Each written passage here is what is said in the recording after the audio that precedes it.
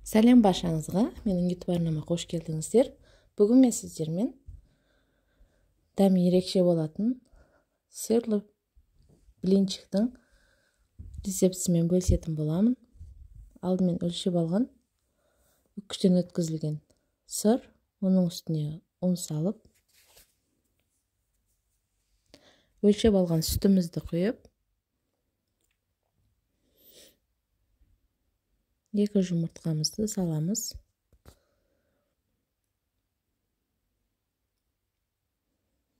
Керекті заттардың барлығы описание бөлімінде жазылып қалдырылады.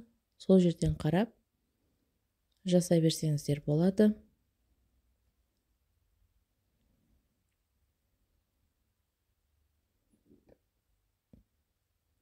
Кішкентай қасықта 1 қасық қопсытқыш.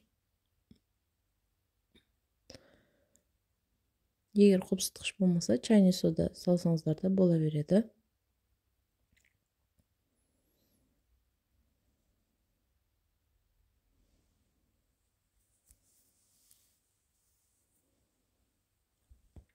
Сұйық майымыздан құямыз. 4 қасық.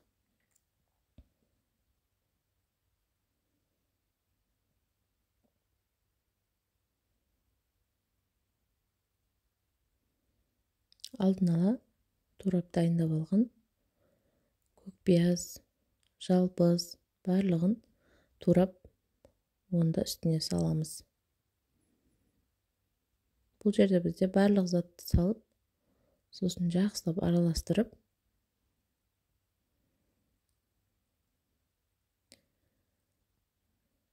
дайындап аламыз.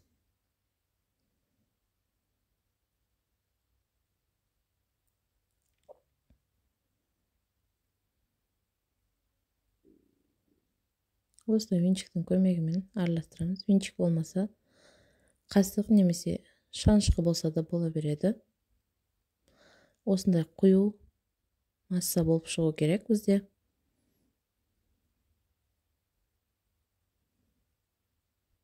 Енді қызып тұрған табамызды солай пісіріп аламыз. Осылай жұмсақ болып, ерекше дәмді болып пісіп шығады. Мен дастарханға қаймақпен тарттым.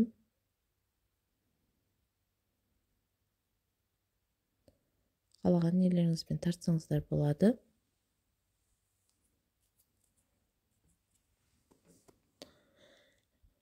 Міндетті түрде жасап көріңіздер. Азғантай уақытта демде дайын болады. Үйдегі бар заттардан ауызашар кезінде сәресіне